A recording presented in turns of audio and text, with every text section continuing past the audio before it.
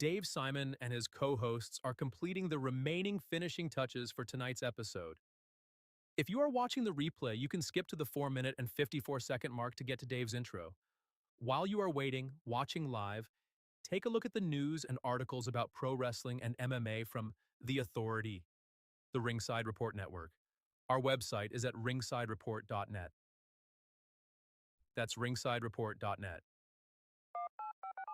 Please wait. Hold on. Keep waiting. Almost done. Please wait. Hold on. Keep waiting. Almost done. Please wait. Hold on. Keep waiting. Almost done. Please wait. Hold on. Keep waiting. Almost done. Subscriber is speaking at the moment.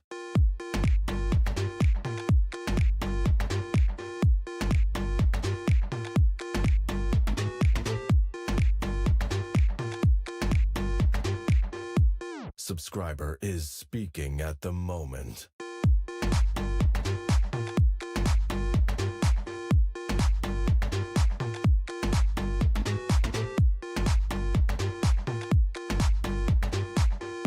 Subscriber is speaking at the moment.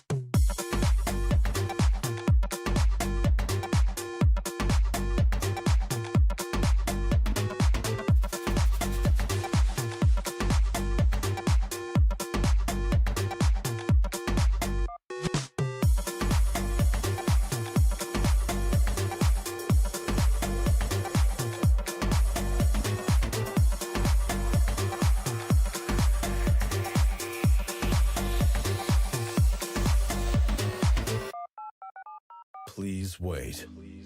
Hold on. Keep waiting. Almost done. Please wait. Hold on. Keep waiting. Almost done. Please wait. Hold on. Keep waiting. Almost done. Please wait. Hold on. Keep waiting. Almost done. Subscriber is speaking at the moment.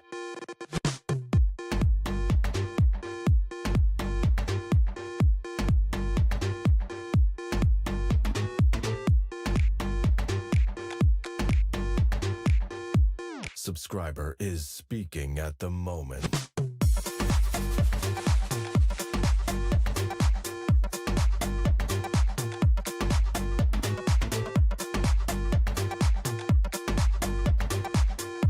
Subscriber is speaking at the moment.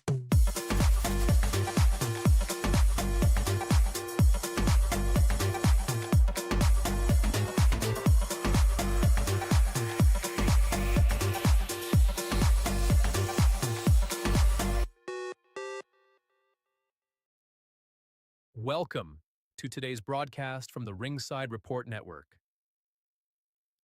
We are a viewer and listener-supported creative team. We would really appreciate it if you became a recurring supporter at membership.ringsidereport.net. While you are waiting, watching live, take a look at the news and articles about pro wrestling and MMA, and while there, check out our exclusive merch, including great jiu-jitsu gear from the Ringside Report Network. Our website is at ringsidereport.net.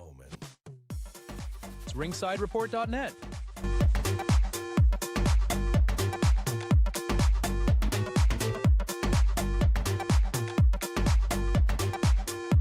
Subscriber is speaking at the moment.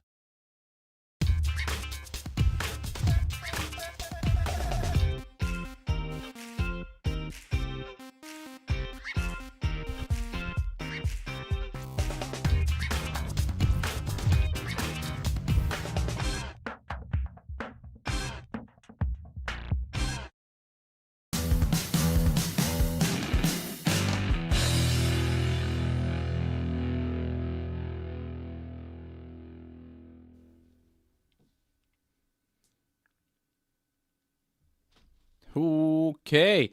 Hey, everybody. Tonight on the show, the Vision turns on Seth Rollins. Andrade locked out of pro wrestling, and we preview AEW's WrestleDream.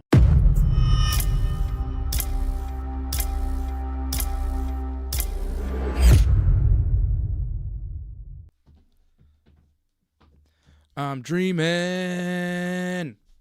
WrestleDream. I'm running around and I just can't wake up. I'm dreaming about being a blunt. I'm a blunt getting smoke and I can't wake up. What? Oh, are we on? Hi, John. So you're in fine, I guess it's troll mode, I guess, right now? After the big loss today by the Blue Jays? Wearing your Yankees t-shirt. Proudly, it looks like. I honestly had no idea what you were talking about. I was like, who am I trolling now? I was singing a KRS-One song. I'm like, am I trolling MC Shan? What's happening here? I didn't know what you were talking about.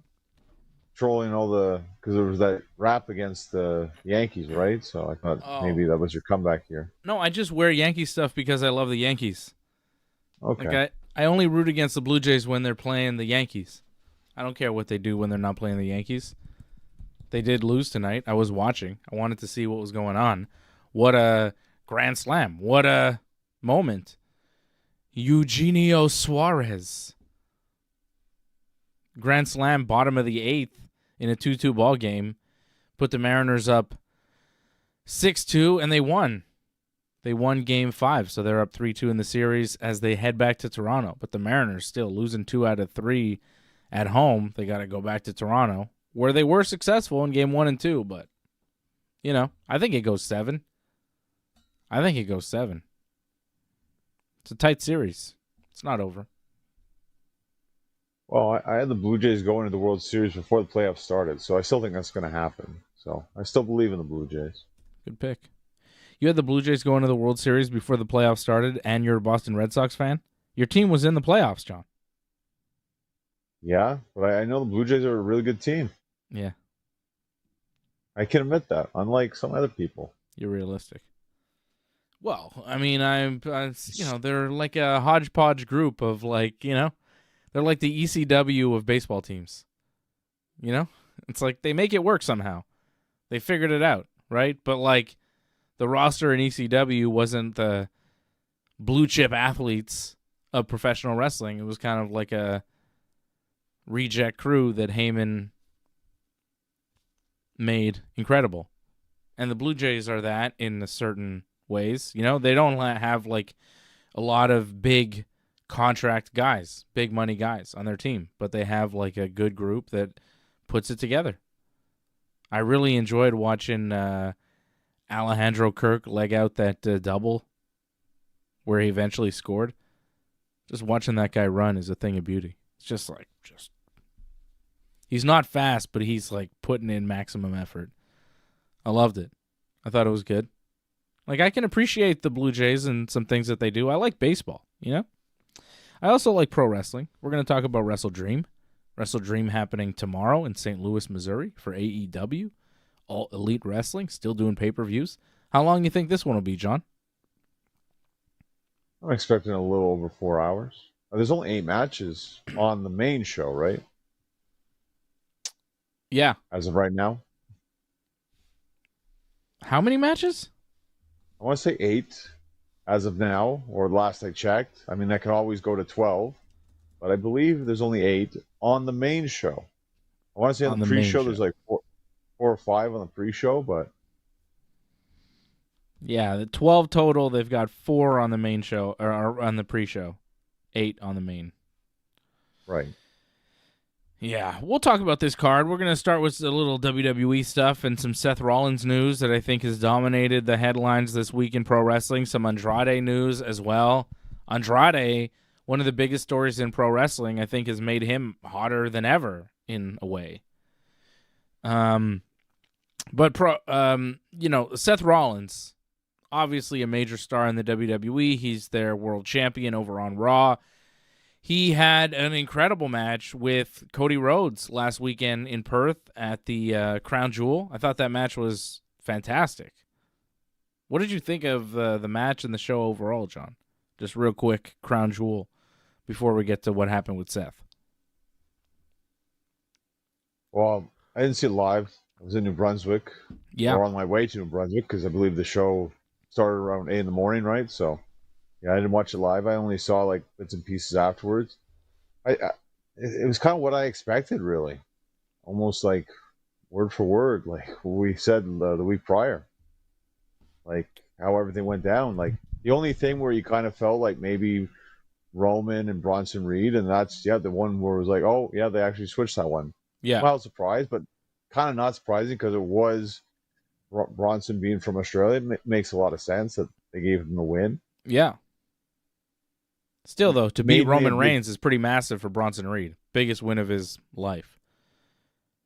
To see Roman get pinned again, like twice in 1 year, that's a big thing, yeah. But, I mean, it made sense for what happened and everything, so. But the match, I mean, it was just a lot of smoke and mirrors I found in that match. Just Roman playing up to the crowd and a lot of stalling. I wouldn't have started the show with something like that, but I understand it was a street fight. Where else are you going to put that on that card? It was tough in terms of where you book stuff. I wasn't big on Io and Stephanie. I mean, Stephanie and Tiffany. Mm-hmm. I think Io and Stephanie was a far better match. This just didn't have the chemistry I found that Io and the Care had. Yeah. Not a spectacular show.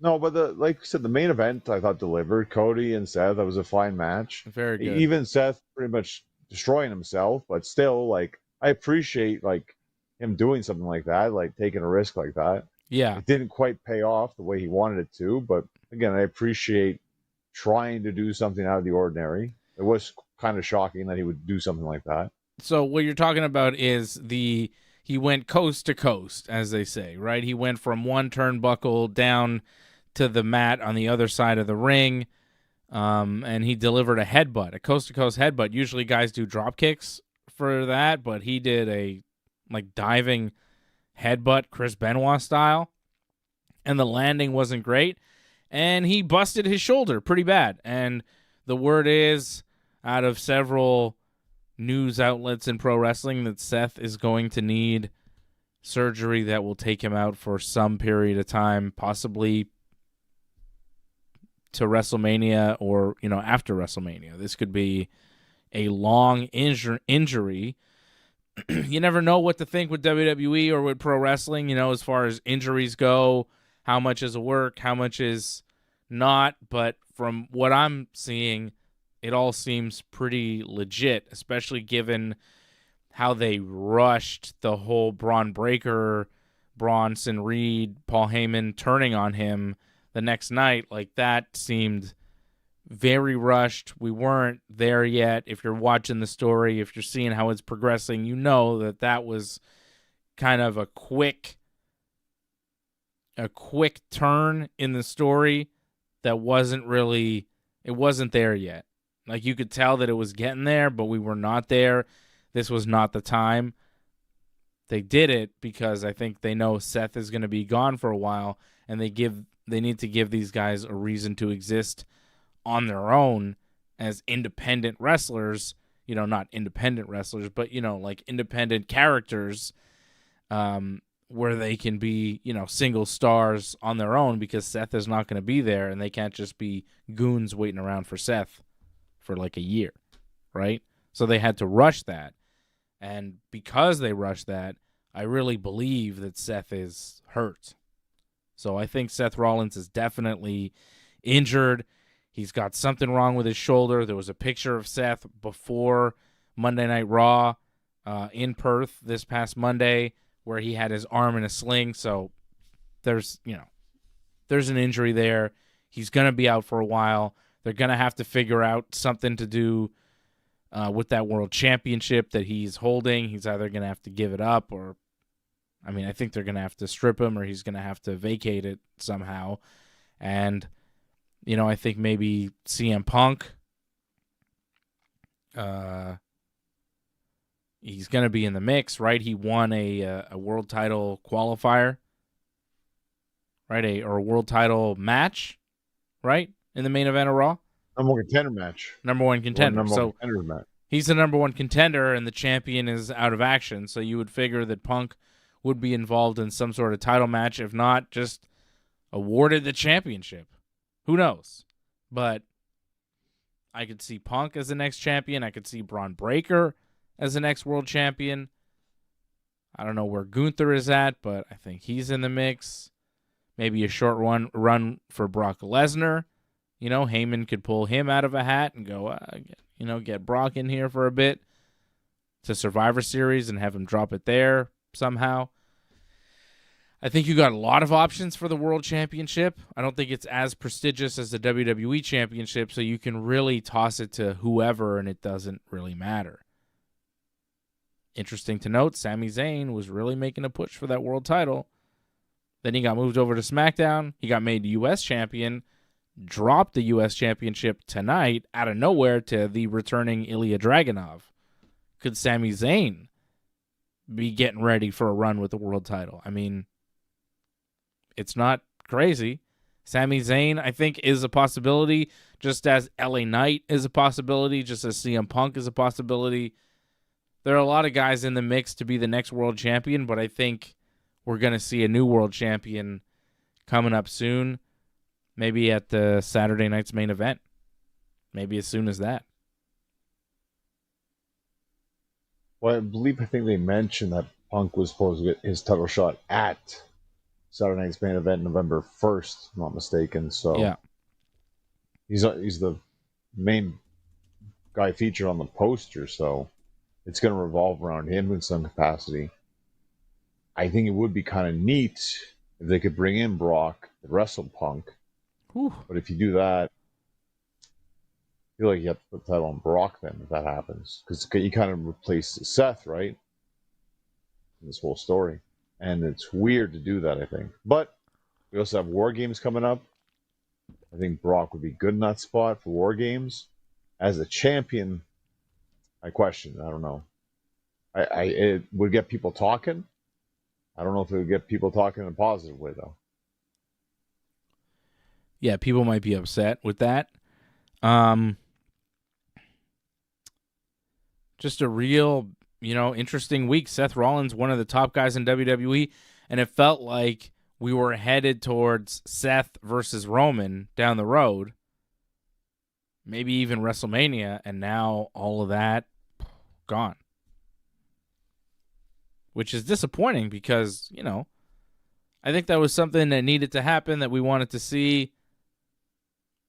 They seem to be building it quite a bit. And now all that build, all that stuff, gone. But that's the nature of the beast, That's how pro wrestling works. Sometimes people get hurt and you got to change plans. And sometimes the change of plans winds up being better than what you had originally planned. But, time will tell. Like I said, Seth, hell of a match at Crown Jewel. And I think this run as world champion with the Vision, with Becky, with Heyman, has been maybe the best run of Seth's career. Good matches. The promos are probably the best he's ever done. I think this is prime Seth. To get hurt at this point is disappointing because I think he's really starting to come into his own where he's a legit main eventer, a legit star who's been there, who's done it all, and is kind of very comfortable now in this role. I think this is, the peak of Seth Rollins, and to have him go down now is kind of disappointing. Kind of reminds me of Naomi, where it's like, wow, it's really taken her a long time to get to this point where she's just on fire, incredible, and she's pregnant. I mean, good for her, but it's like it's not as disappointing, obviously, because this for Naomi is what she wanted. Seth, not what he wanted. But it's like similar, recently we've had people kind of peak as far as like performance-wise, and you go, wow, they're really doing something special, and then it just gets cut short out of nowhere. on Raw. And you go, oof. You know, if they were able to keep like Seth and Naomi going right now, who knows what they might be doing. But the Seth Rollins loss, huge for WWE. Huge. I mean, yes and no. Because I don't know about you, I enjoyed WWE television when Seth wasn't on TV every week. So I'm actually kind of looking forward to see where the vision goes from here. I think Braun Breaker, Bronson Reed, they're actually more interesting without Seth now. I actually want to know what they're going to do next. So I haven't really cared about them since they joined Seth. But now that they're away from him, I'm like, okay, now it feels like we might get the best of them. Maybe. Clearly, they were going to do something with Braun Breaker, and he was going to become one of their big stars. But they weren't going to do it now. They've decided to pull the trigger and go with it. I don't hate it. I don't think it's a really bad move because he seems quite ready to become one of the top guys in wrestling. I'm down with not waiting on him. See what he can do, especially with Heyman there to help with a lot of the promo work. Like the in-ring stuff for Braun Breaker is very exciting. His matches are fun. He's violent. He seems indestructible. He's still young. He's in his 20s. You know, he doesn't have the wear and tear that a lot of these guys do, like a Seth or a Roman who've been around for years and years. He could do some real damage. So I'm not mad at seeing Braun Breaker, you know, become a top guy. I wouldn't even be mad at the idea of him becoming world champion. Like the next world champion. I mean, what do you think? Could he be the next world champion? It's going to be somebody. Why not Punk versus Breaker at Saturday night's main event and have Breaker win? Have Heyman cost Punk the match? Yeah, that's not impossible. I just feel like we're going to get Braun Breaker as World Heavyweight Champion at some point. I don't think you need to rush it. I think, if anything, you just want to see him grow as a competitor right now. Because I think he still needs to grow in order to be like a top star. He needs to work on his strikes because there's been many times where those strikes aren't hitting or they look like garbage. And it can't be that bad if you're going to be a top guy. He's got to work on that. Like he does a lot of things really well, great intensity. When it comes to his strikes, he needs a lot of work. Do you think that's going to hold him back? No, of course not. They'll push him anyways. They'll push so many people. Yeah. But I think a lot of people won't believe in him until they can believe that he can actually hit. Program with Gunther might help. Wrestling Brock. There's so many. Wrestling Roman. Finally getting that one-on-one match with Roman. There's so many matches for him still to do. I feel the world title, it's too soon. Like, I feel there's so much you can do with him still. But he's got to lead this thing now. He's got to be off on his own. You got to elevate him a little bit. I don't know. I say have him lead the War Games match. That'd be huge for him. If he was the leader of that and won it too, gigantic. Yeah, but there's talk of him teaming with Brock. If he's on a team with Brock, he's not the leader. No. Well, do you think Brock's going to do a lot of talking? Probably not. I think Brock just shows up as like, oh, he's going to be one of the guys. It's obviously going to make a huge impact because Brock is an animal and like you can't ignore him. But in terms of the one who's like guiding the ship, Braun takes control of it. It makes a lot of sense.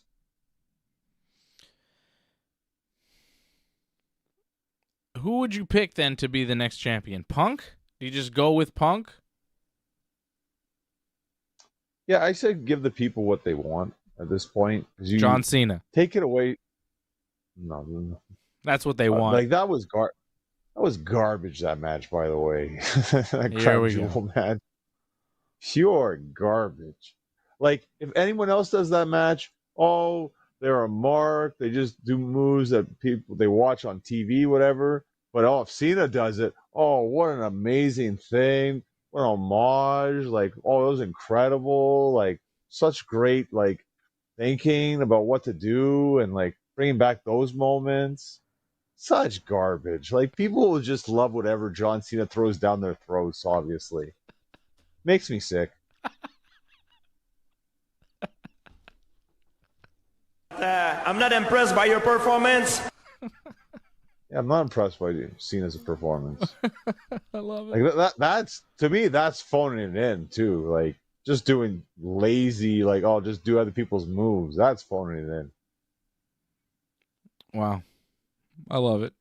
I love when you hate on John Cena. It's very funny to me. A couple more months left. I want them to give the world title to L.A. Knight. Yeah. Like, come on, man.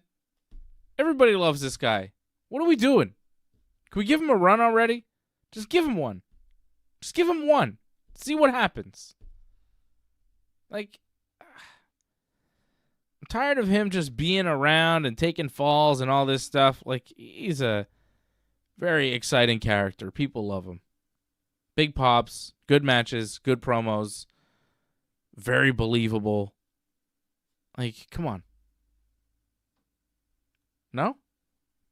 Well, I think an argument can be made that, well, Punk won the three-way match, but he pinned Jey Uso, didn't pin LA Knight, who's pinned Seth in the past. So really, it should be Punk versus LA Knight if Seth can't go at Saturday night's main event. That should be the match for the title. Yeah. I'd like to see LA Knight win. I like to see it. I just feel like, because they've screwed over Punk so many times, I feel like they're finally going to give it to him now. It's too much. Like, you're going to screw him over again or something. Like, there's only so many times you could take away from the people until they stop believing in it. They'll stop believing in Punk, I think, if he always loses for the title. And then who goes after Punk? Braun Breaker? Right. Gunther? You got Breaker, Gunther, potentially Brock. I think you got more than enough people to go after Punk. I also don't hate the idea of CM Punk as a world champion on Raw. I think that would be fun. It'd also be a big, F you to Seth, because that was his whole thing for it not to happen, and he couldn't stop it from happening, no matter what. As soon as he's gone, Punk's champion. Oof. It's got to sting a little bit. That's funny. So Seth probably gone, right? Probably gone for a while. All plans. Well, let's see if we out the door. Let's see if we actually hear about surgery this time around. Not this whole we're waiting and seeing kind of thing, which clearly seemed a little bit off. So once we actually hear that he's getting surgery, then I'll be 100% behind it. Well, it's a shoulder injury, Shoulder injuries apparently aren't that bad. I know a guy who had a shoulder injury and played most of a baseball season with a completely torn labrum that he had surgery on as soon as the season ended. He sucked for most of the season, but, apparently you could have a torn labrum in your shoulder and play a whole season of baseball and then require surgery at the end of it. Seems normal, apparently, to some people. Doesn't seem normal to me, but... You hear about that? Well, fucking unbelievable. I heard about that. If I'm not mistaken, Swerve also had the same thing, and he had wrestled for a couple months with it, or almost close to a couple of years, actually. So, but he had surgery, and now he's not wrestling, right? now he's not wrestling because he feels, it's kind of been holding him back a little bit. So whose house? But whose house is it now? Seth, whose house? It's not Swerve's house. Whose house? Not even Nana too. I mean, that kind of really sucks for him. Like, he just disappears from television, so that hurts. Yeah. But going back to Seth, I heard it might be or I read that it might be like a torn rotator cuff, which I think is really bad if that's the case. I could see him not make Mania if he's got a torn rotator cuff. Yeah. Yeah. Ryan Katz wants to know, was it his non-throwing shoulder? Yeah, it was Volpe's non-throwing shoulder. Torn labrum for most of the season. He was terrible all season, but whatever. So you don't want new shortstop now? I do. No, of course I do. I very much do. What are you talking about? I sat and watched a 37-minute press conference that Brian Cashman, the general manager of the Yankees, did yesterday. That's what I did with my time. I sat there and I watched Brian Cashman talk for 37 minutes, and I was outraged watching him. That's what happens with me sometimes. Just outraged. It's what? What do you mean? What are you saying? I mean, some of the answers made sense, but some of them were just what, dude? What? Anyways.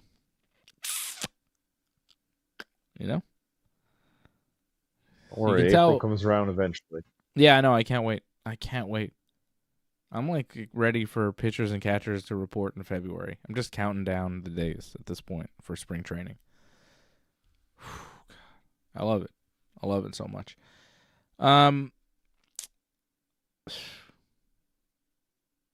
Sethington. He's out of it. We'll see what happens. What else is going on in wrestling? I saw SmackDown tonight. It was, Sami Zayn lost the U.S. title. That happened. Charlotte and Alexa Bliss defended their tag titles against Solruka and Zarya, finally. Mariah May was there, distracting Solruka and Zarya during the match. I guess her name's I believe she's not called that anymore. Oh, it doesn't matter what her name is. What's her name? Blake Monroe? There you go. I'm surprised I knew that. I was a little surprised. Aleister Black and Zelina Vega are together on TV now. They're real life married and have been for years, and now they're a TV couple doing the Karrion Kross Scarlet gimmick, I think. Or if Jake the Snake Roberts had a valet. I guess. I mean, yeah, because she's got a snake. Does he have a snake? I feel like maybe they're sharing the snake.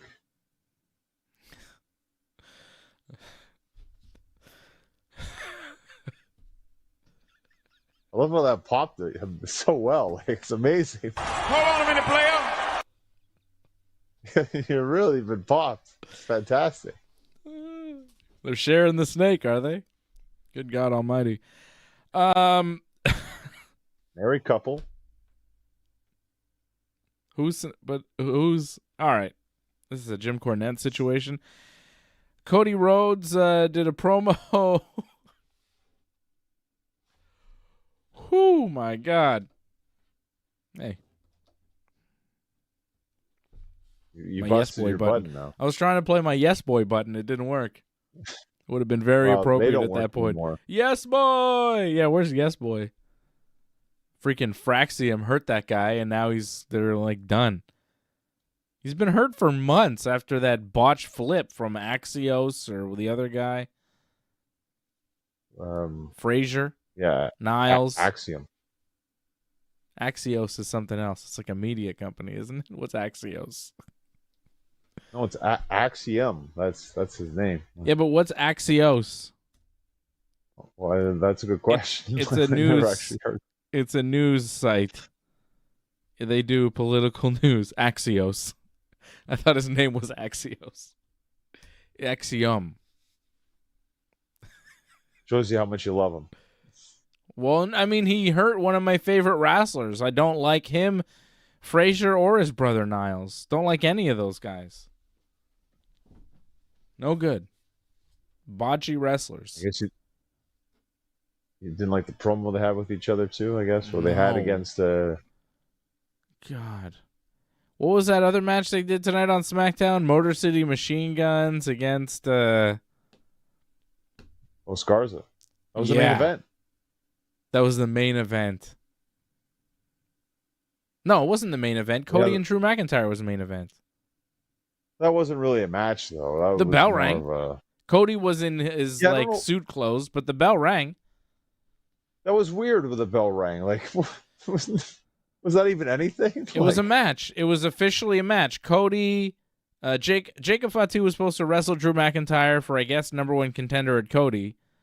And then Jacob Fatu was found backstage, like, beat up. The word is Jacob Fatu is actually injured and maybe out for a while, too. Right? A few months. Looks like it. Maybe until next year. Yeah. Well, next year is like 3-4 months. Next year could mean January. I saw that, Jacob Fatu may be out till 2026. I was like, yeah, but that could be 3.5 months from now. It's not like a necessarily terrible injury. 6 to 8 weeks, you know? I mean, it's an important road to WrestleMania part coming up right here next couple months. But if you're back for January 1st, you're good. You only really need to be back for the Rumble. I feel Survivor Series is kind of big. I feel Survivor Series, that's really when things start to fall into place for WrestleMania. How many guys have you seen injured for most of a year, come back in the Rumble, and then have an incredible run leading into Mania? It is a true point. Yeah. I just feel with Jacob, like, he's still kind of new. He needs stuff going on now. And, like, I feel with this hurts. This is really rough. Like, I feel like he was really gaining some ground here and, like, becoming super over, actually. Mm-hmm. It's rough for it to happen now, I think. A lot of injuries. Creating new opportunities for different guys. But, yeah, Jacob Fatu not there. Cody Rhodes he showed up to fight Drew McIntyre. It's not clear who attacked Jacob Fatu. What? Did he defend the title? Or, like, was it an official, like, title match? I don't know. It ended with Cody just hitting Drew with a foreign object. What did he hit him with? The bell or something? I think so, but I'm like, I thought they'd ring the bell just because they wanted people to come out to stop, like, the chaos. I thought they rang the bell to start a match, didn't they? I mean, you might be right, because, like, it just seemed chaos. They went to commercial break during all this, too. Yeah. Which is very weird. So, like, we lost audio for a bit. So then I'm like, is this still going on? Like, what's going on here? And then we come back. I'm like, oh, it's still going on. I'm just brawling. And then you said, like, about the bell ringing. So it's like, I don't get it. It was very weird how that all went down. It was a strange ending to SmackDown, with Cody and Drew just fighting each other and then getting separated. They kind of had a weird match that went nowhere, and then they kept fighting, and then the show ended. And I guess we're going to do Cody and Drew again at some point soon, because there's nothing else for Cody to do. Is that where we're at? There's just nothing else? It's that. Well, we're going to get it at either Saturday Night's Main Event or Survivor Series. See that?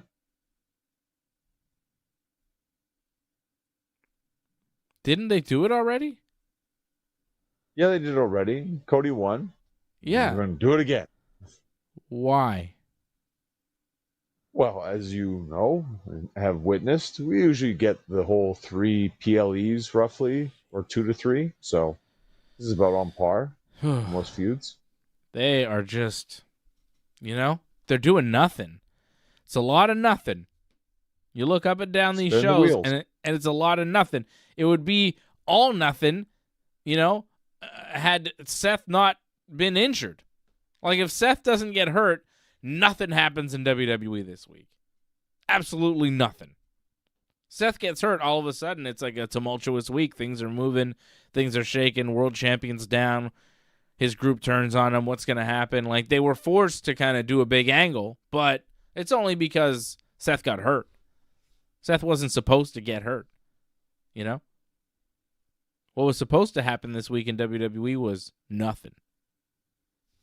That's what they want.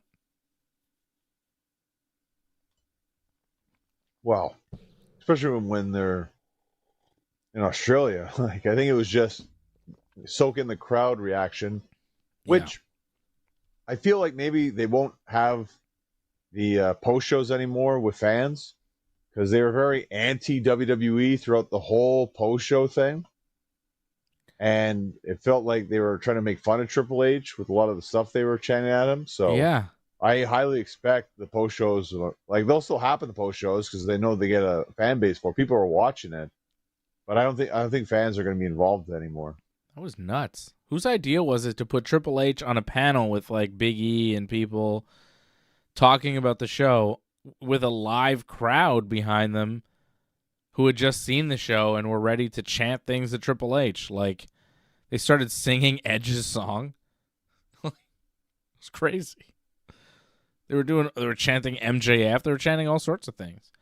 They also booed the American national anthem, which, like, WWE still hasn't figured out that you can't do the anthem outside of America. It's not going to get over, especially with like a rowdy WWE crowd. It's just not going to work. You can't do the anthem. Wrestling never really had the anthem. I don't know why they have to do that. But apparently Triple H has a role in the Trump administration. So I guess he's a politician now? I don't know. I don't know what's going on there. That was a story out of the Wrestling Observer, right? The WWE hired an AI company to write their stories? Yeah, I only glanced at this, but let me apparently get you that's this something story. that's come out. This is what the Wrestling Observer is reporting. That a guy named Cyrus Kosari was hired last month as a senior director of creative strategy in WWE. He was introduced to the creative staff by Paul Levesque.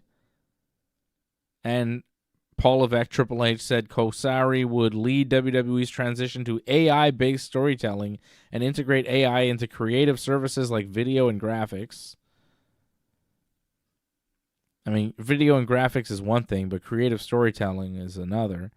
He said that this shift is inevitable when it comes to creative in pro wrestling. Kosari said he would both manage AI storytelling and be a liaison to the White House as Levesque has taken on more duties in politics in some form. I think we should require everybody to spit water when they enter a room. It's good for you. It's good for the environment. Robert Kennedy agrees with me. Anyways, more from the Wrestling Observer. WWE has a contract with Writer AI, a platform which has already been fed WWE content. Thus far, the AI software has come up with what one person with knowledge of the situation called absurdly bad storylines. They pitched a storyline where Bobby Lashley, who AI apparently thought was still with the company, would come back as a wrestler obsessed with Japanese culture and history. Yeah, AI is a useful tool, but like to create new ideas and creativity and stuff like that, it's not quite where it needs to be. Not quite there. You could do a lot of cool things with AI. I mean, there's videos of me on this very channel speaking languages that I don't even speak. And it's me, my face, my words, my voice, but not my language. It's bizarre. That's AI. It's cool. You could use it for stuff like that. It's amazing. But to be like, make a story for me with these components that's going to come up with a weird story that's not actually good. It's not there yet. And if you think it's good, I mean, your level of good is probably pretty low. So, interesting what WWE's doing. Doing some weird stuff. Government stuff. I don't know what they're up to. I mean, Nick Khan says he thinks WWE fans are going to travel to Saudi Arabia for WrestleMania. I mean, they're out of their minds. They're so out of touch. playing the anthem in Australia. They love us around the world. They love America everywhere. People are going to travel to Saudi Arabia. Everybody loves to go to Saudi Arabia. Like, what, man? Well, I think deep down... They're so out of touch, man. Yeah, but deep down, like, they're getting paid to have WrestleMania there, right? It's over 200 million or close to 200 million. Yeah. So they just think people are going to be like, well, if they love us, they'll come support us. No, people from Saudi Arabia will go. And that's that mainly. That's only. I mean, maybe a couple people will travel, but it's not going to be like what people do normally for WrestleMania, where people travel from around the world to go to WrestleMania. It's not going to be like that in Saudi Arabia. Imagine, though. Like, it's already like $10,000 for like crazy WWE tickets. Yeah. Imagine for a ticket in Saudi Arabia, how much that's going to go for. It's going to be nuts. They should be very cheap because Saudi's already paying for the show. Like, WWE's already made their money on that thing. Do they have to make more on the tickets, too? Like, couldn't they maybe take it easy on the tickets to maybe invite some of their fans to want to go? Like, if you could get a reasonably priced ticket to a WrestleMania in Saudi Arabia, you might consider it because the travel and all those expenses is not going to be cheap for a wrestling fan, you know?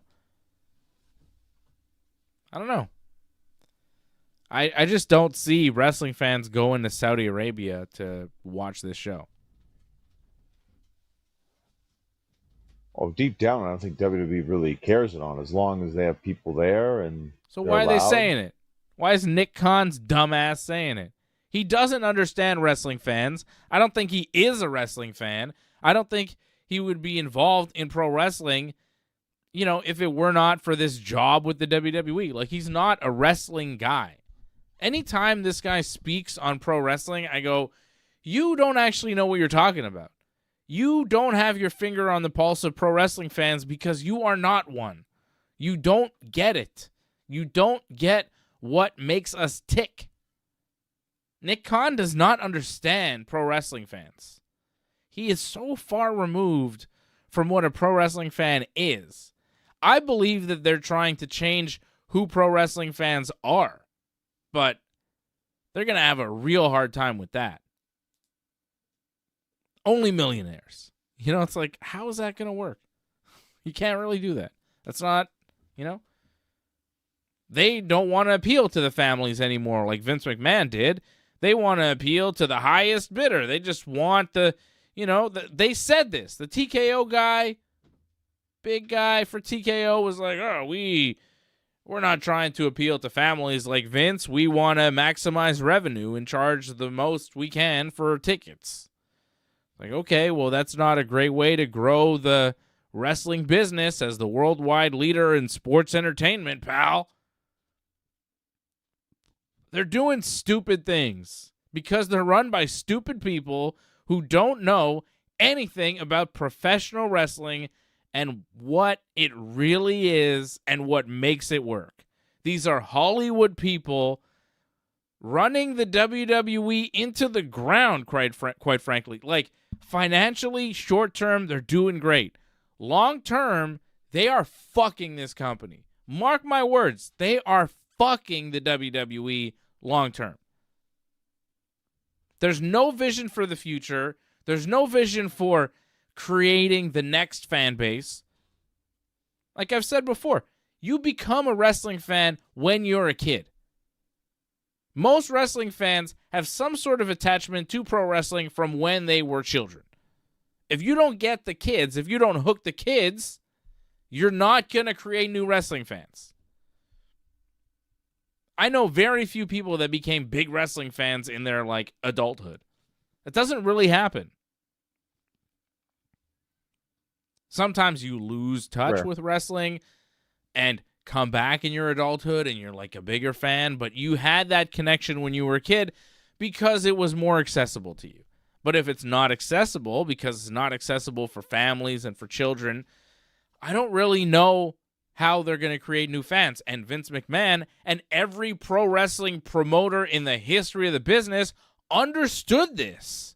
But the WWE is not run by pro wrestling promoters or pro wrestling people. They're run by Hollywood corporate executives. And we have always said, if it gets taken over by these type of people, they're going to run it into the ground. And business-wise, financially, they're doing great right now. They just bought the company. They're in the everything's fine, everything's great. They're making money. They're maximizing profits. They're cutting where they can. They're figuring out how to really squeeze all the juice out of this thing. However, when you squeeze out all the juice out of the orange, eventually there's no more juice and you throw the orange away. And that's what they're doing to the WWE. They're squeezing all the juice and they're throwing the orange away. This is a Nerf ball, but you get the picture. I'm squeezing. Oh, your stress ball, but okay. I guess it is a stress ball. I like it. I like squeezing it, tossing it around. It's Nerf. It's an excellent ball. Excellent. I like to have balls around. Pause. You got a baseball too. Well, you do have two balls in your hands. So. That's right. At all times. Why they say it's Nerf for nothing, I guess. I didn't know they said that, but I agree. What do you think of my assessment on what they're doing to the business? You know? It's just long term, I don't think that this is a smart move. They're selling out the pro wrestling business for the short term and sacrificing the future.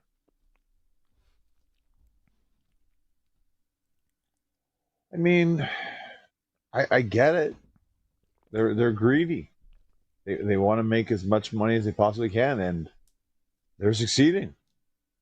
You can't blame them for wanting to make as much money as they possibly can. Mm-hmm.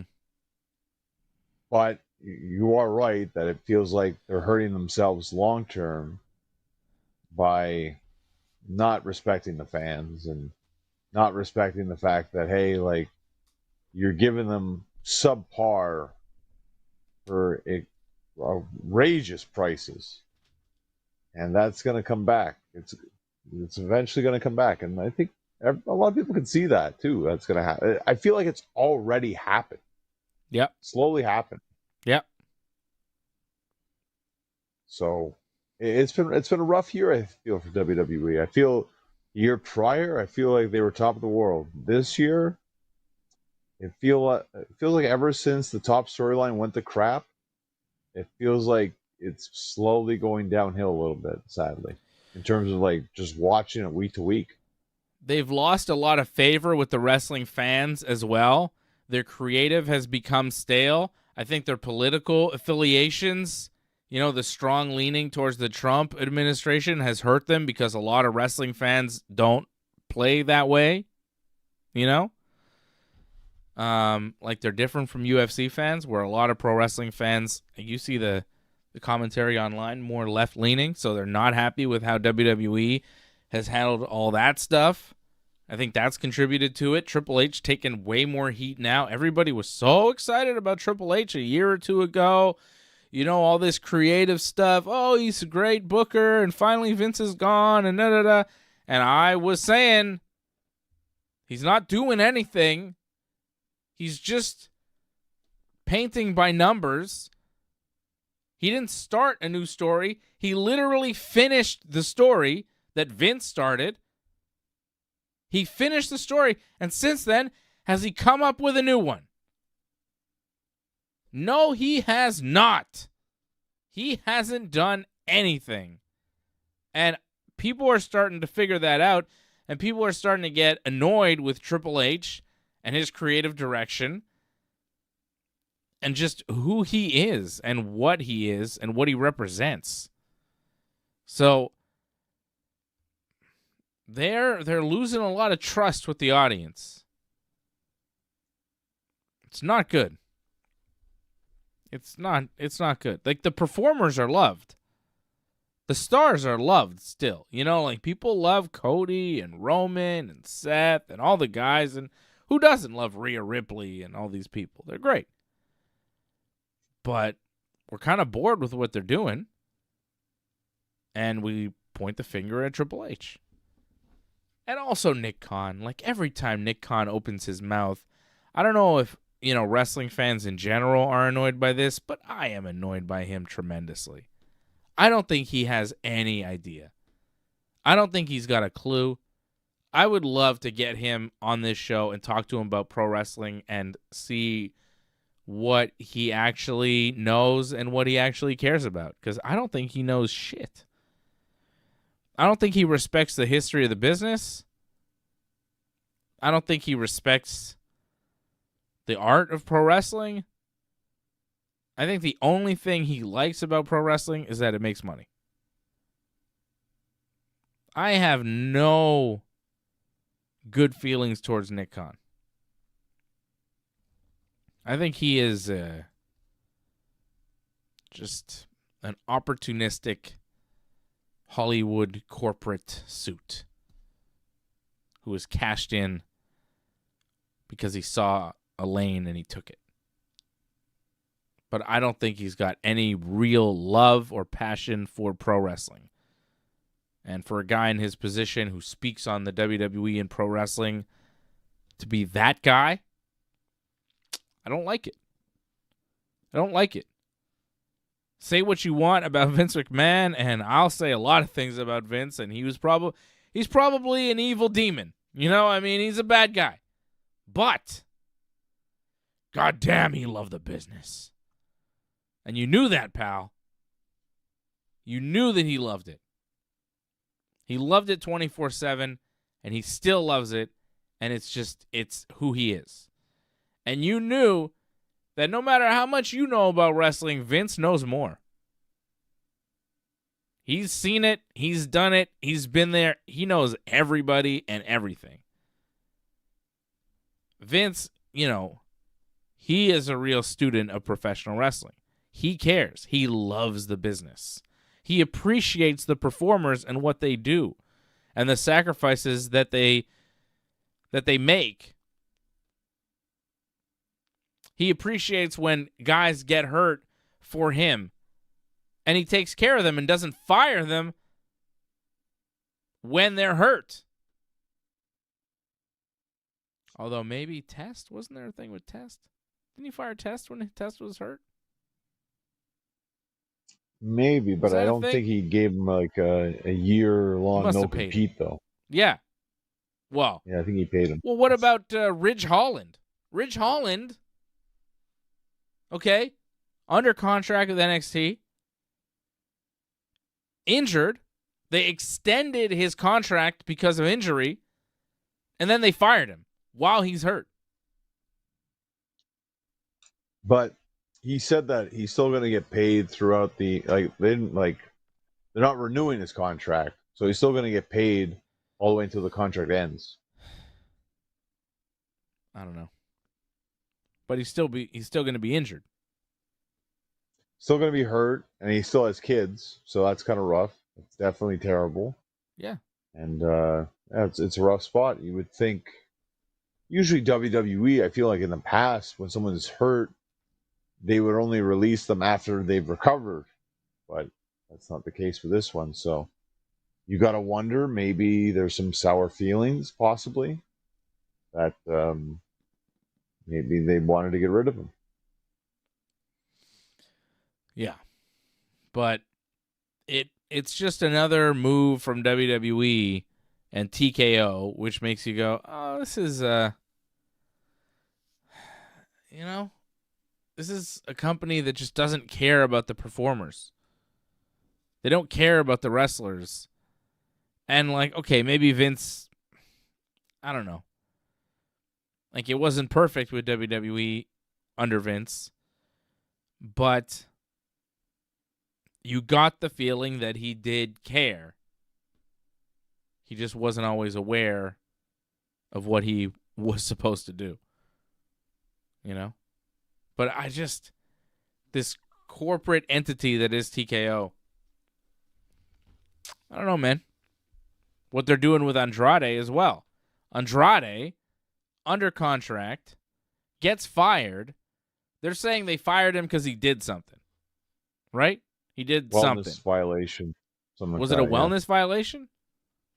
That's why they fired him? Apparently that was why. So they fire him.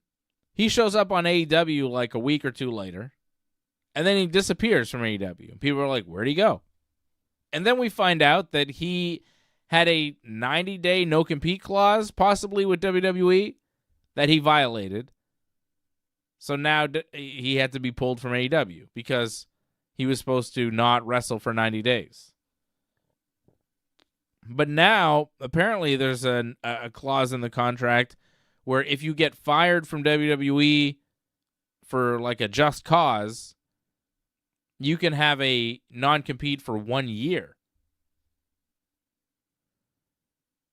So if you do something that violates your contract in some way, they can fire you and not pay you, and you can't work for a year. Do I have that right? It sounds like BS. Yeah, but that's BS. You can't legally do that, really. Like, if that's the case, like, you can get out of those contracts. You have to go to court, obviously, and that's probably what's going to happen here. But yeah, if that's the case, he's going to get out of this because, like, you can't do that. You can't starve someone into not having the ability to work. You can't do that. Do you want to go to court against TKO? Well, did you hear what Tony Khan said about the whole situation? Is he paying Andrade's legal fees? I think he will be. It's probably going to go down to that, more than likely, sadly. And I think he's definitely got Andrade's back in this, Tony Khan. So what did he say? He pretty much can't get into it, I guess, because I guess legalities and all that. But he just said that I think he said he liked Andrade. He had a strong ending to 2023, which he did because he beat Bryan Danielson clean in the ring. I remember seeing that live. That was a great moment. And I guess he ended off on he didn't burn any bridges pretty much with AEW. So the comeback, it seemed like he was happy with the future with Andrade, he said. So It sounds like they're definitely going to be doing business with each other in the future. So if there's any legal matters that has to be figured out, I think Tony's got Andrade's back in all this. And that's another strike against WWE. If you're locking up a wrestler where he can't wrestle for, 90 days, no compete, whatever, we understand nature of what WWE does. But a year? Come on now. I don't know. I wouldn't consider that a strike against WWE. I would consider it maybe sour grapes, possibly. And then, obviously, that's burning some bridges right there because starving out somebody's really bad. Doesn't look good to anybody. Do something like that. And if anything, it actually helps Andrade in the end because, I don't think we talked about it when Andrade debuted. You didn't really even care that it happened. But now something like this happens, and you actually kind of care about Andrade. Yeah. Because he has to fight through just to work. And he has a kid, too, by the way. So he's got a bit of sympathy, I think. Free Andrade. I won't be surprised to see some signs, tomorrow night, more than likely. There should be. Free Andrade. Let's get that going. Free Andrade. Let him free. Let him wrestle. I think it's just people are going to resent WWE for doing this. It does make Andrade a bigger name. It gets his name out there, gets people talking about him, and when he does show up, it'll be like, ooh, there he is. Controversial, right? It kind of backfired on WWE because if he just shows up in AEW and is allowed, to do whatever he did after his little appearance there when he attacked Kenny Omega a couple weeks ago. Yeah. If that just continues, right, for Andrade, and they just do whatever they're going to do, no one really cares. People go, oh, yeah, it's fine. It'll do whatever, but it's not going to be like huge business. It's not going to be a big deal. They stop it. Big controversy. Now, all of a sudden, like, Andrade is a story. So, you know, when he does come back at some point, he's going to be over. Where he wasn't before. Now he's a martyr. Where he wasn't before. Like, WWE, by doing this, got him more over. Yeah, they did. Wrestling's funny, isn't it? And you know what? That's the kind of thing that Nick Khan would never understand. You know what I mean? That's the kind of thing. That inside wrestling kind of like, oh, actually, this makes him hotter. Guys like that don't get that. They don't see that. They don't see the big picture. They see the money big picture, you know. Hey, Saudi's offering $600 million if we do all our shows there. They'll give us $1 billion for like a year. Just move there. Okay, let's do it. If you say so. I'm just the creative guy. I'm an artist, you know. Not like you. You're the business guy, Nick Khan. I'm just a brilliant creative mind over here. Oh, man, I got no fucking ideas. Good thing Nick Khan doesn't know shit about the business. Hey, Sean, we're going to milk this shit forever. You know those are conversations going on. I mean, I want to do the Triple H Nick Khan show. Hey, Hunter, got any good ideas? Yeah, we're going to do Cody Rhodes versus Drew McIntyre. Oh, that sounds good. Drew McIntyre, he's a really big guy. Really scary. Big muscles. Yeah, big muscles. You wouldn't know anything about that, eh, Nick Khan? Yeah, I guess not, Triple H. We're going to do big business. Australia's paying us $10 million for these 3 shows. Oh, that's good. You want to talk to Shawn Michaels? No, I hate Shawn Michaels. I hate all these wrestler guys. Except you, Paul. You're a great guy. Did you ever wrestle? Yes, I was the King of Kings. Oh, the King of Kings. That sounds great. I'm sure it was great. Fuck you, Nick Khan. Fucking. I wonder if he's ever asked Triple H. Hey, Paul, you ever wrestle? Were you a wrestler? I mean, it's not quite your John Laurinaitis, but it's very close. Yeah, I don't even know what Nick Khan sounds like. I'm just doing a general, vague voice. Nope. Doesn't even. It's not. General dopey voice. Hey, it sounds like. Hey, I'm Nick Khan. It's kind of like Yogi Bear, I guess. I don't know. Hey, it's me, Nick Khan. Hey, Hunter. Or no, he calls him Paul. Hey, Paul. He doesn't know that anyone would call him Hunter. Who's this Hunter guy? Everybody keeps talking about this Hunter guy. Who's Hunter? They're like, Nick, you got to go ask Hunter. What's on the show tonight? I'm like, who's Hunter? It's funny because this is a little inside baseball right now, but your Nick Khan is actually sounding more like Paul Mead actually than anything else. The way you keep doing very inside. I don't know if maybe you're doing it subconsciously, possibly. Like, guy. I don't think so. All right. WrestleDream? The dream of wrestling? Someone had a dream. I thought it was Inoki, but apparently it's somebody else now, I think WrestleDream's about. I think it was Martin Luther King. Well, the idea of this pay-per-view was supposed to be like a tribute to Inoki, right? Oh, I thought it was Martin Luther King had a dream that one day little boys and girls would wrestle in AEW. Wasn't that his dream? I'd be surprised if he actually cared about wrestling, but that'd be cool if he did. Oh, he loved the business, brother. Him and Hogan used to party. Me and Martin Luther King partied, brother. I told him, I think you should say, I have a dream, dude. That was my idea, brother. I saw the video of Martin Luther King in the ring, turning heel. That was quite edgy stuff. Was that AI? Of course it is. Like all these videos, like they're popping up everywhere. Like that's one of the big ones that's popping up. Have you seen the Chris Benoit AI wrestling videos? Like Chris Benoit AEW debut? It's terrifying. No, I didn't see that. I saw the Michael Jackson one, I think there is.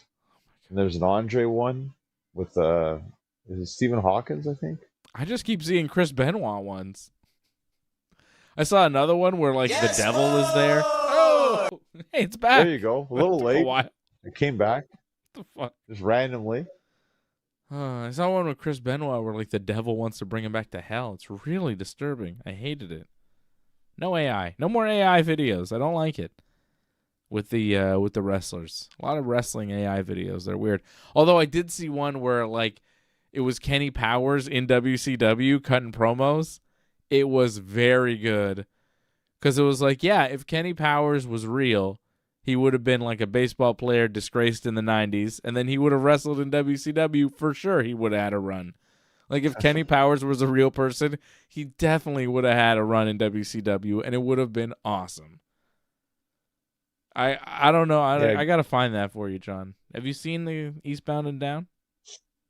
Oh, there's a bunch of them, but I just found it was kind of ridiculous after a while. I know a lot of people loved watching. A lot of workers loved watching that stuff, but I'm just it's too ridiculous. I can't find it anymore. I saw one where it was Kenny Powers in WCW. Oh, I believe it. I think there was a George Washington versus Abraham Lincoln one as well. Yeah. There's a bunch of different ones. Clearly, someone went through all effort to make it look as good as it does. Because it's getting better. I give them a lot of credit for how far they've advanced the AI videos. I definitely think we're going to see AI we might already have seen it, not even notice possibly for pay-per-view or PLE matchups. I can see a lot of the moving graphics. I definitely think AI is going to have more of an effect, I think, going forward with WWE. Makes sense. Yeah, well, AI is going to be a big component of everything going forward. So, it makes sense that WWE would bring it in as well. Let's keep limits. I mean, it's cool that Dave could do the show forever, but doesn't mean he has to even after Dave's gone from this planet. Me? Yeah, if you think about it, the way AI is going, they could just keep Wrestling Uncensored going well past your expiration date. Yeah. Think about it. At this point, you could just take, the database of what we've said over the years and then apply it to the future and have videos, and they would say approximately what we would. It would probably think approximately how we would if you fed it, all the episodes of Wrestling Uncensored. I think we're pretty much at that point where we don't have to do the show. We could just make AI versions of us do it instead. Might be easier. Give us a break. Watch the AI versions of ourselves and be like, "You're wrong, you idiots," and jump in and start arguing with ourselves. That'd be real freaky. Call into our own show and be like, "Oh, you know what you're talking about." Actually, Dave, I disagree. Yeah, we can do that. Don't do that, though. Don't do that. Because then, if we are replaced by the robots, John, what's the point of us anymore? I think for the most part, at least for now, people like the authentic look.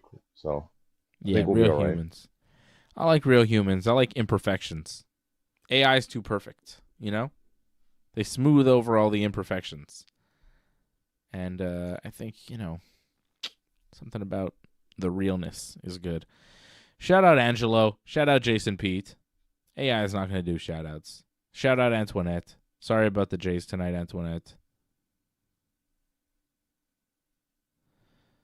Dave is just mad we took out the Yankees. Get over it. I am over it, Antoinette. I don't know. Antoinette's like big mad at me because I think I'm wearing a Yankee shirt and the Blue Jays lost tonight, but those two things have nothing to do with each other. I wear a Yankee shirt because I love the Yankees, and I always wear Yankee stuff because I love the Yankees. And the Jays, lost. I think the Dodgers are about to win, sweep the Brewers. I feel the same. Wow. Is it over? It's over. Dodgers sweep.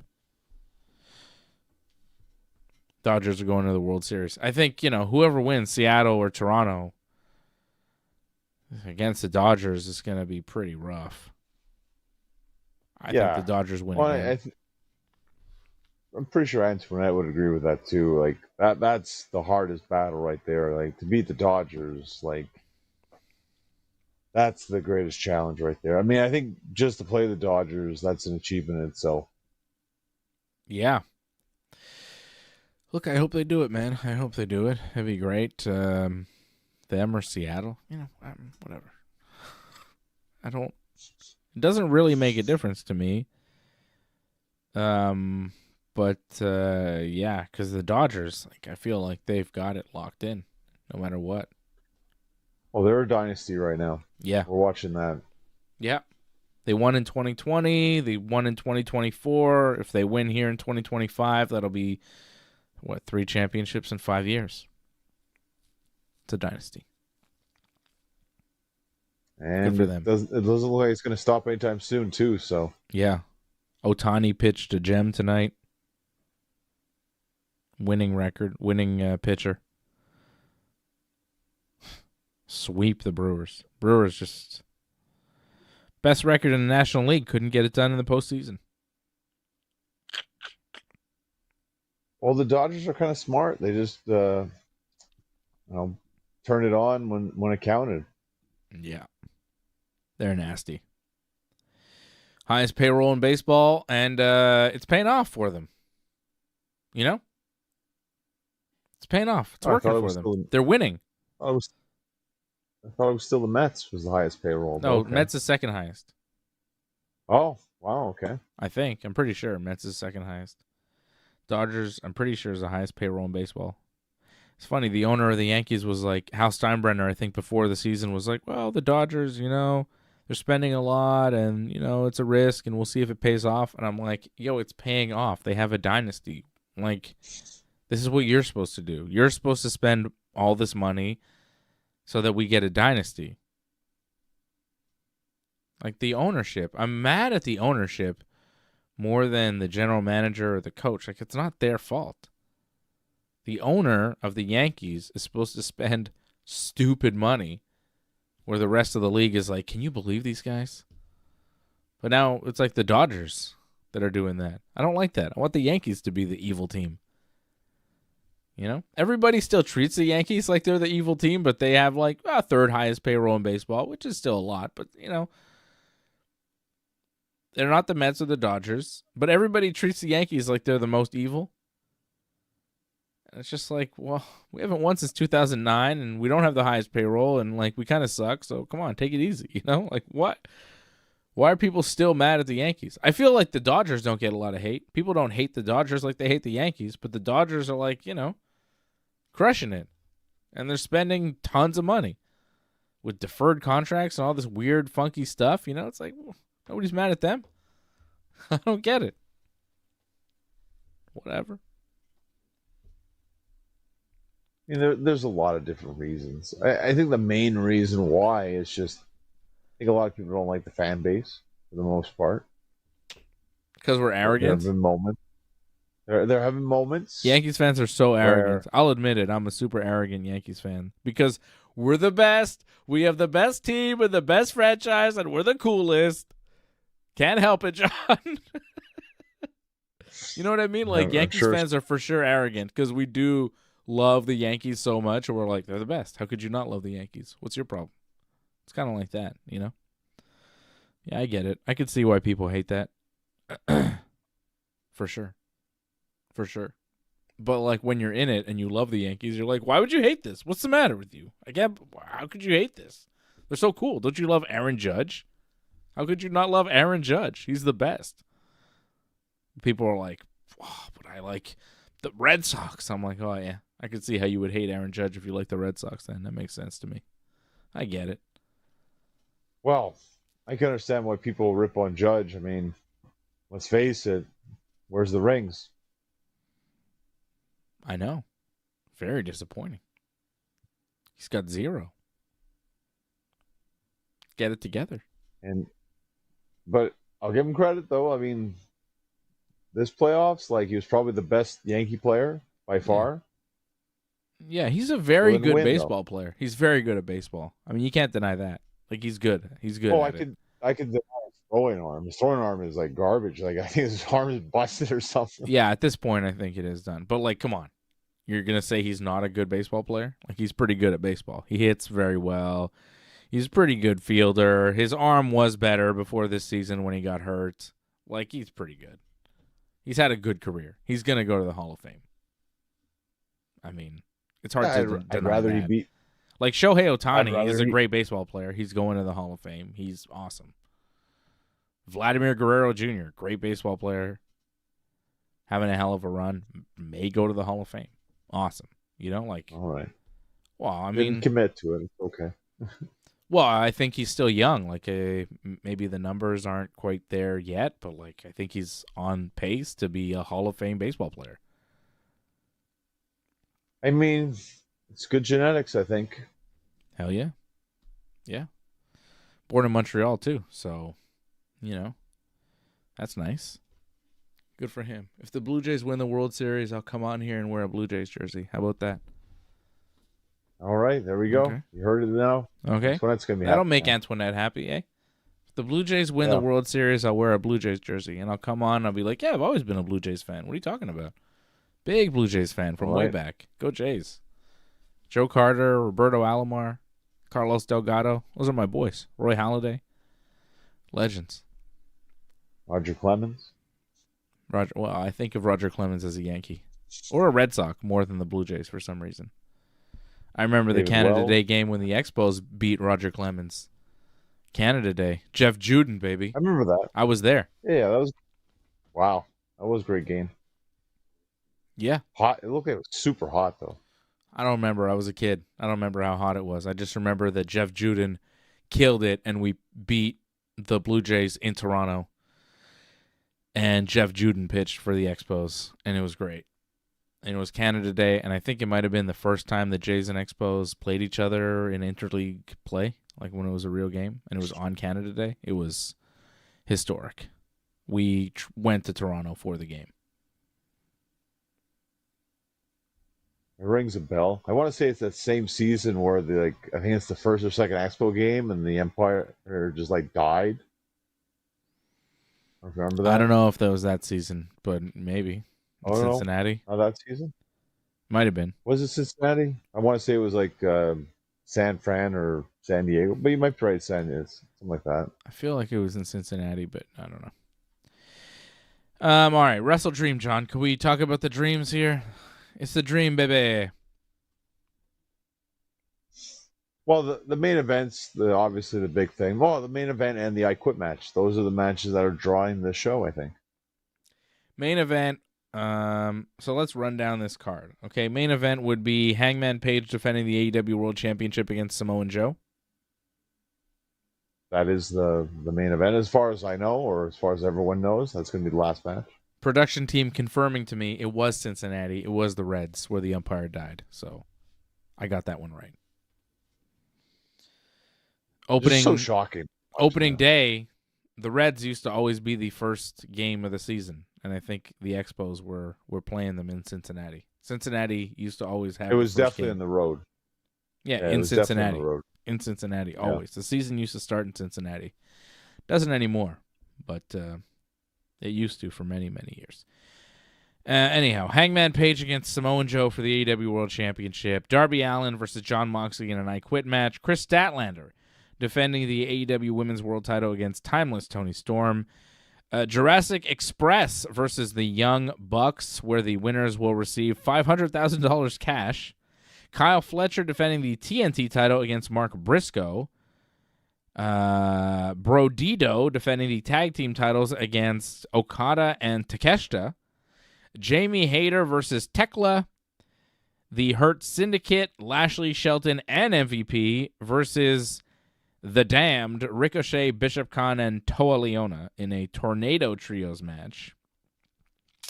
And then on the pre-show, you've got FTR versus Jet Speed, Eddie Kingston and Hook versus a mystery team, Harley Cameron and Willow Nightingale versus Megan Bayne and Penelope Ford, and an 8-man tag team match pitting Roderick Strong, Orange Cassidy, Kyle O'Reilly, and Tomohiro Ishii versus the Death Riders, Claudio Castagnoli, Wheeler Yuta, Daniel Garcia, and Pac.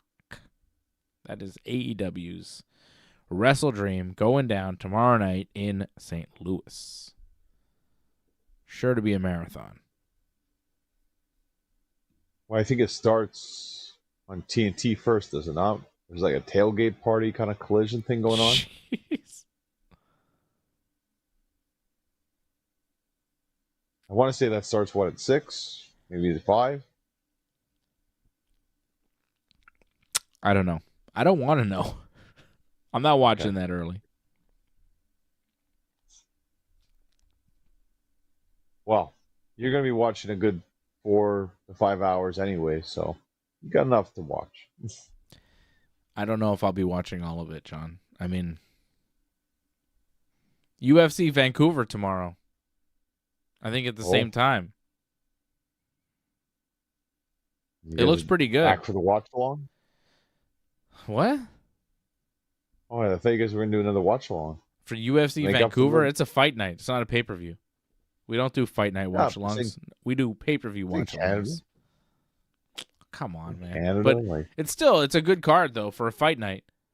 The fact that I'm thinking about watching a UFC fight night card instead of a wrestling pay-per-view shows you that the wrestling pay-per-view isn't that strong. Like, I don't know. There's a couple matches I want to see.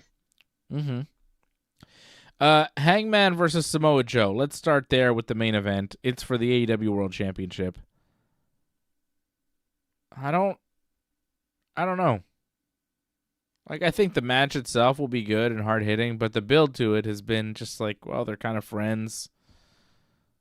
And they're going to have a good old-fashioned match. They respect each other. And Hangman will win in the end because, like, he's not dropping the belt to Joe here. Doesn't do much for me.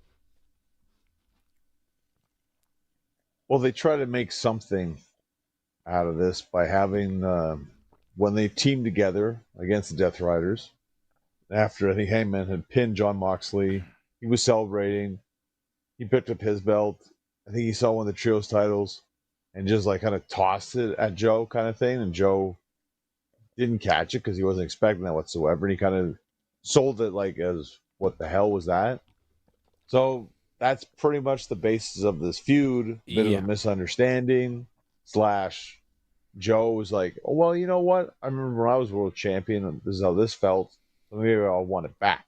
So that's kind of what they've given us for this world title main event. Pretty much misunderstanding. Oh, you just dropped my title. Like, how dare you be disrespectful? And now I'm going to beat you up match. That's what we get. Yeah. It's not good.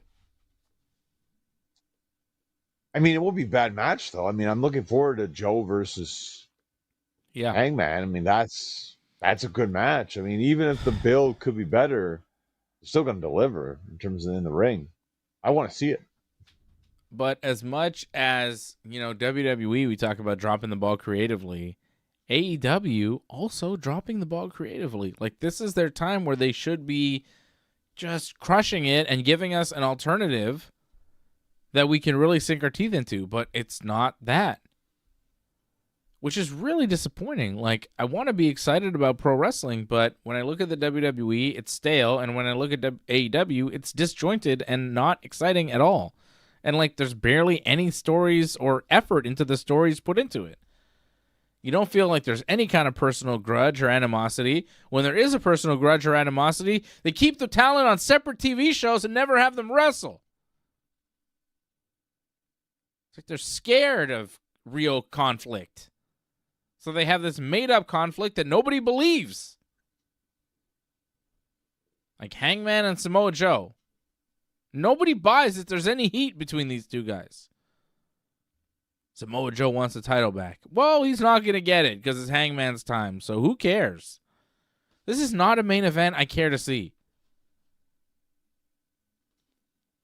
This Hangman Page title run, he's just getting nothing. Just a whole bunch of nothing. It's disappointing because I want to be excited about what Hangman's doing, and I'm not.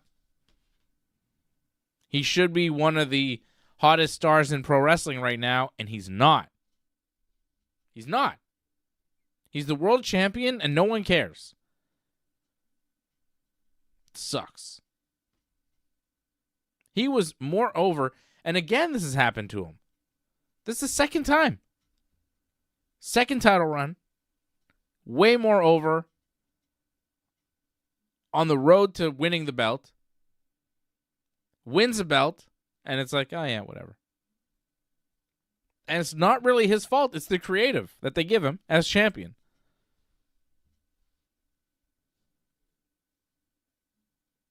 What's the deal? I want Hangman to be a great champion, and he's wrestling guys that you know he'll beat that you're not really excited about. He's having good physical matches, but like, it almost annoys me that he's having good physical matches in matches that don't matter. Like, don't put your body through that because it doesn't matter, man. Save it for something that will matter in the future. Save it for when people care. Don't do too much. Take it easy. Don't get hurt because it's not worth it. But, of course, you know, the whole motto in AEW is like, go above and beyond for the fans. And like, maybe the creative is bad, but look at our wrestling. Look how hard we work. It's like, okay, but if you work super hard and nobody really cares about the match itself or who wins or anything, what are you doing? You got to have a reason. There's no reasons in AEW. They're just like, well, let's do this match because these guys are good at wrestling. It's annoying. Like, I feel like it's a great disservice to the talent when they're busting their ass in stories that are just dumb and, you know, just half-baked. It's not really well thought out. There's nothing really there. There's no meat on the bone.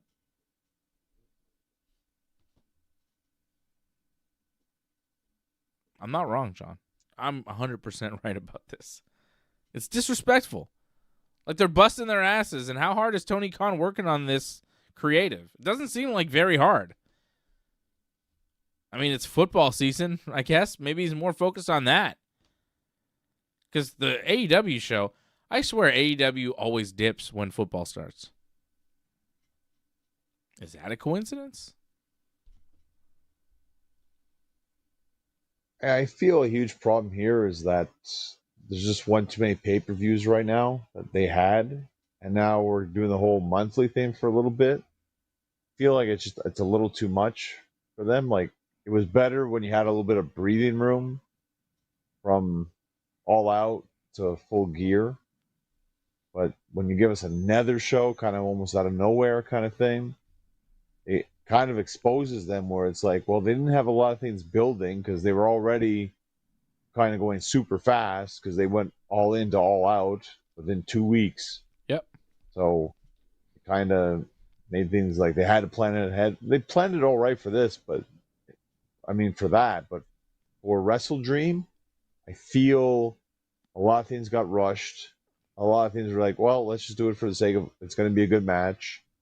Some things they have are rematches, and some things that they have is just people want to see, like, I think another match is like it's their fifth match with Kyle Fletcher and Mark Briscoe. It's like, I've seen it a couple times. It's a good match, but do we really need it again at this point? Not really. No. I just feel like this show, if you see a lot of it, besides the main event, a lot of it is just a bunch of rematches or variations of matches that have already happened. Yep. It's nothing special. It's really a pretty weak card.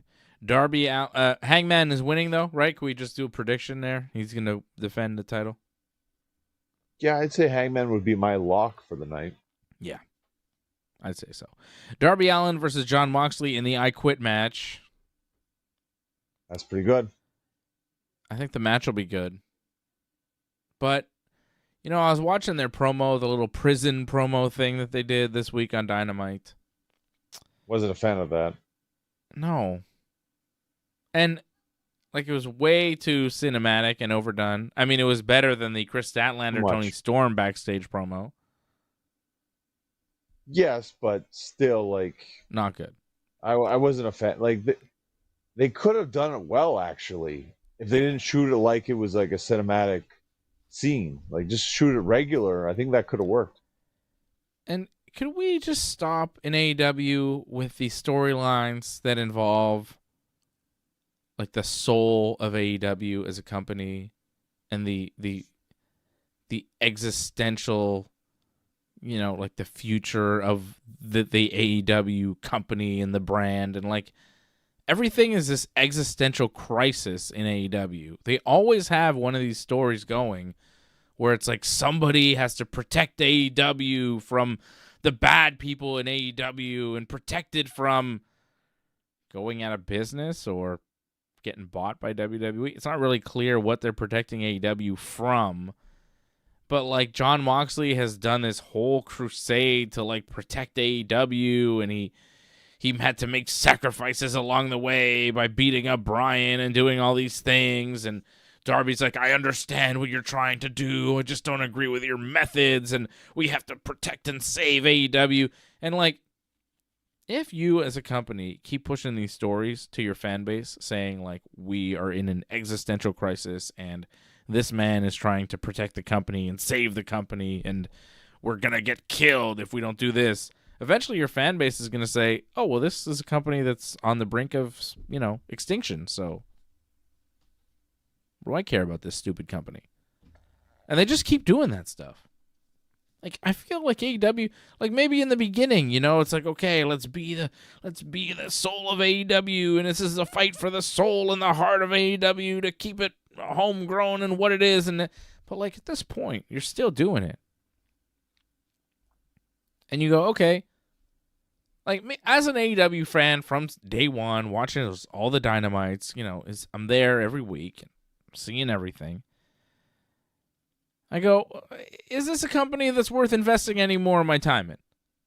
Because if you keep telling me that you're on the brink of extinction, eventually I'm going to go, oh, well, maybe I should just stop watching this nonsense then because they're about to fold. They got to stop with these stories. They got to stop.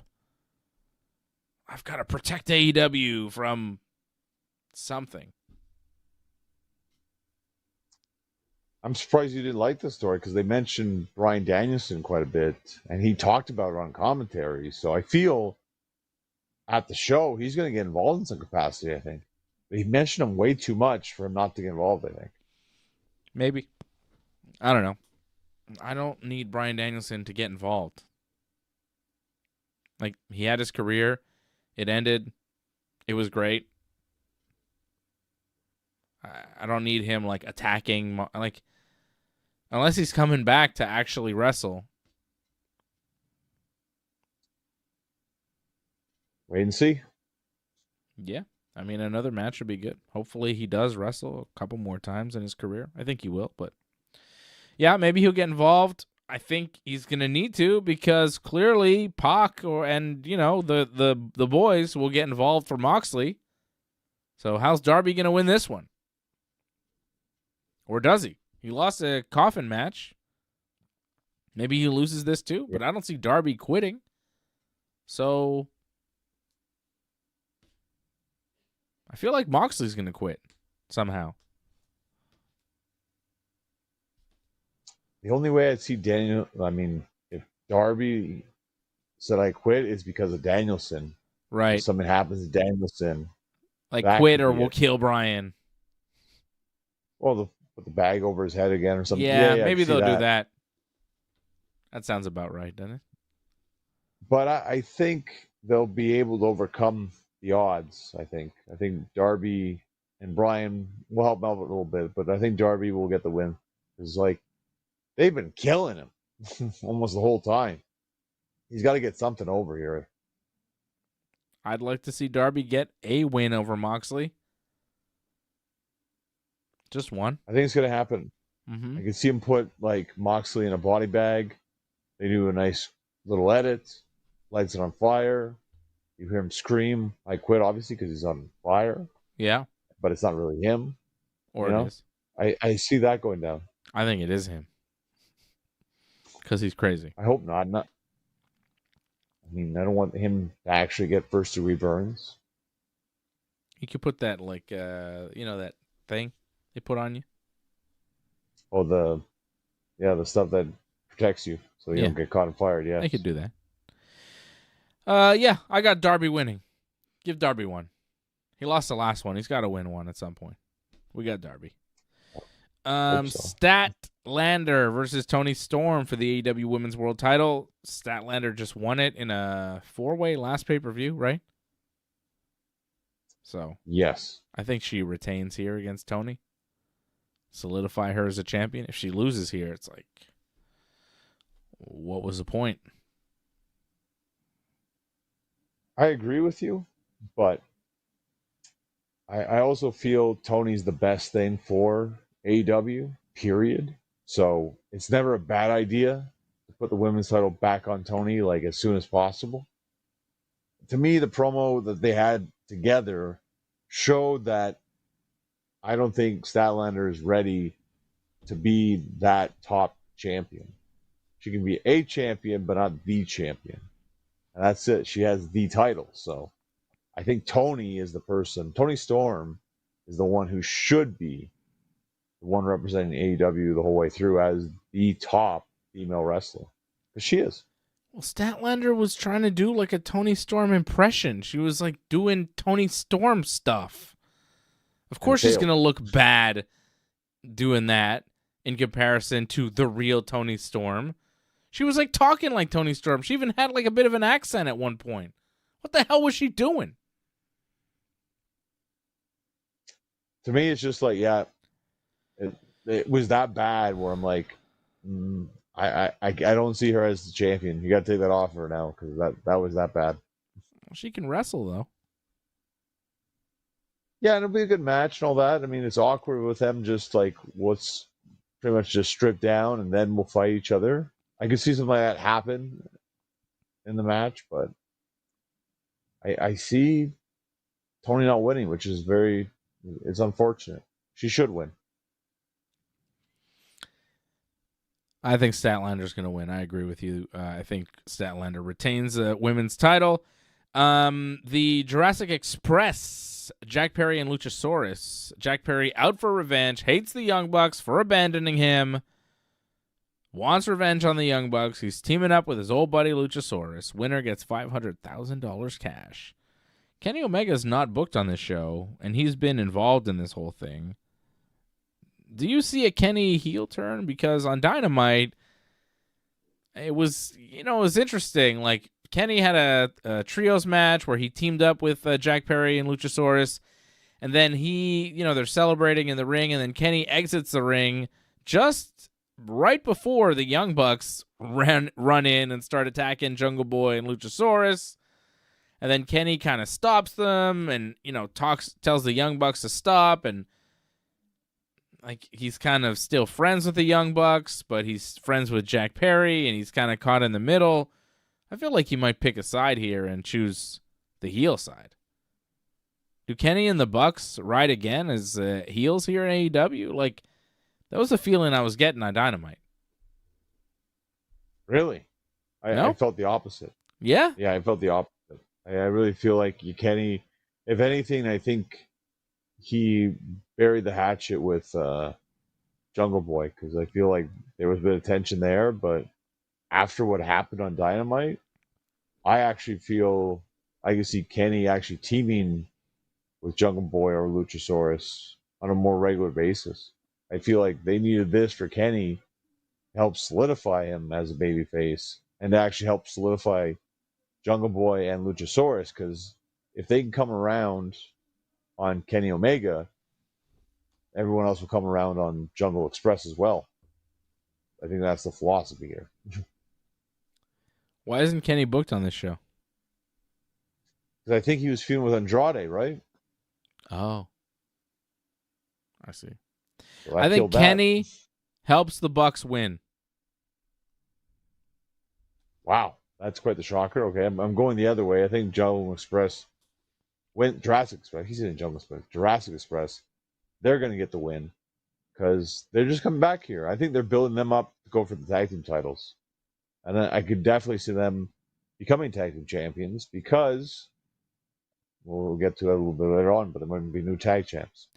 You think Okada and Takeshita? I mean, Okada seems like he does not like Takeshita. Takeshita, the new IWGP World Champion, by the way, won the New Japan heavyweight belt, which was held many times by the great Okada.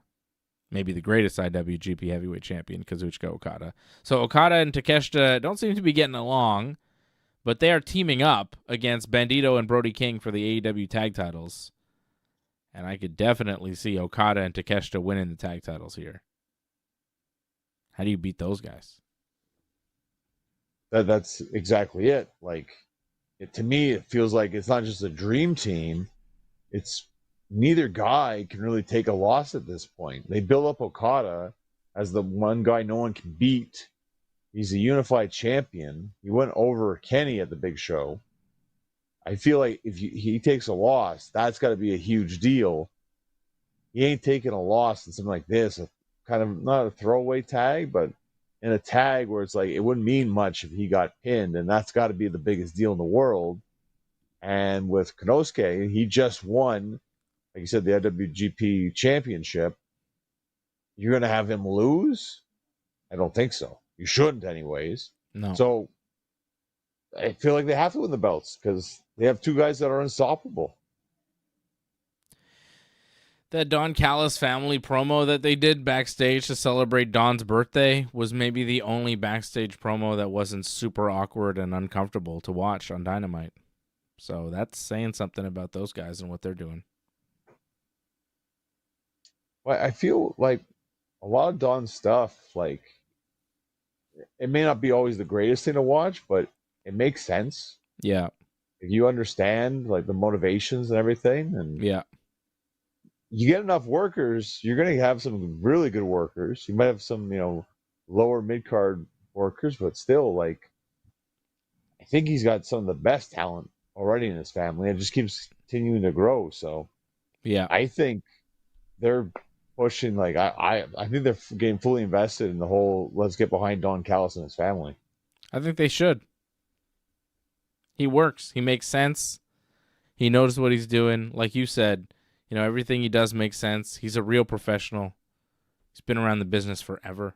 He was in WWF. He was in ECW. He's been everywhere. So, I think Don Callis is doing great work, and I think his boys win the tag titles, and then, we'll see. We'll see how that works out. I think, they have a little tag title run, and then they break up, they fight each other, and we go from there. Yeah, the breakup is an eventuality. Yeah. That's it. You can milk that until you finally get that one team, which I think might be Jurassic Express. Yeah, I think that might be pretty quick, too. I think that they break up because you're already seeing the seeds to the breakup now. So I think they win the tag titles despite the fact that they don't like each other and maybe don't hold them for very long before the breakup does go down. Kyle Fletcher defending the AEW TNT Championship against Mark Briscoe. Can we give it to Briscoe here? I mean, they've done this match to death. Like, give Briscoe a belt. Come on. I don't disagree with your thinking here. Like, they should give it to Briscoe, and like they just had Briscoe beat MJF, so it's the perfect time to do it. I just feel they like Kyle Fletcher a lot, and he's with the Don Callis family, so the push continues for him. I think he's going to go over on Briscoe. Wow. So they'll never give it to Briscoe. They'll give it to him eventually, but He was ROH World Champion. They gave him that. Oh, yeah. I'll give this to Briscoe. I'm going to pick Briscoe just to pick one different from you. Jamie Hayter versus Tekla in a match that will happen. I'll go with Tekla. I don't know. This one's kind of tough, actually, because, like, Jamie Hayter's coming back. You think they kind of want to push her, but Tekla, I think this is what she debuted on. She mentioned that. So, it's a tough one. It's like, I don't think, has Tekla even lost? Not in singles competition, at least, so. It's tough.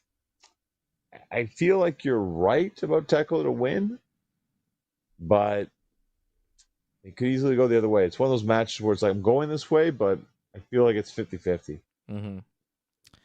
All right, Tekla.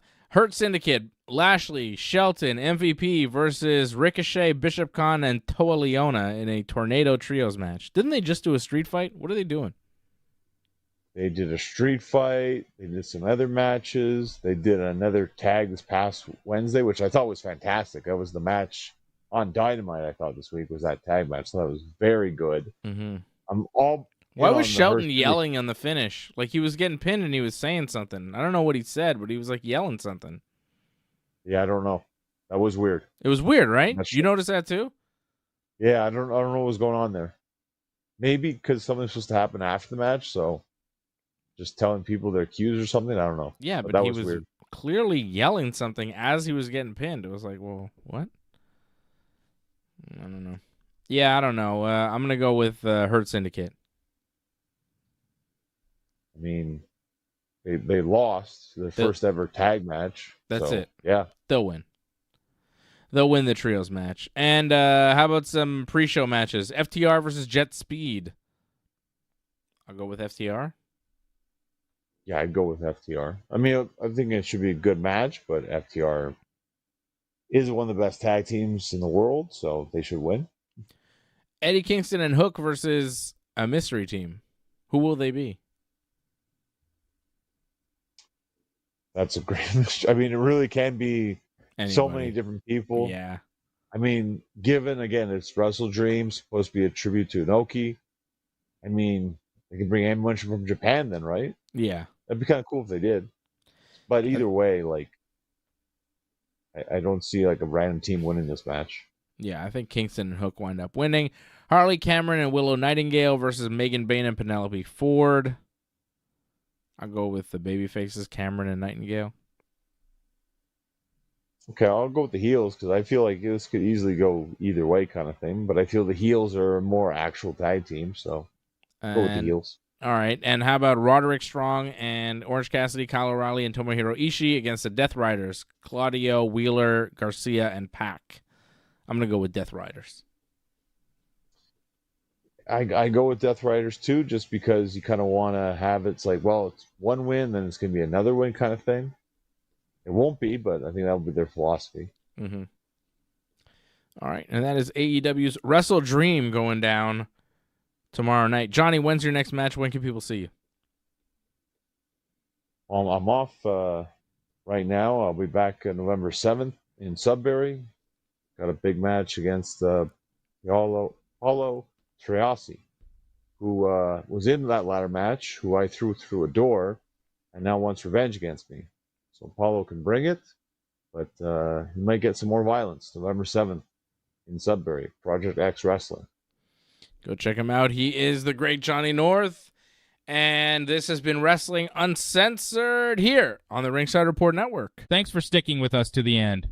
We would really appreciate it if you could help us spread the word. You know the drill. Hit that subscribe button. Flip those notification switches. We are an audience-supported network, so consider becoming a recurring supporter at membership.ringsidereport.net.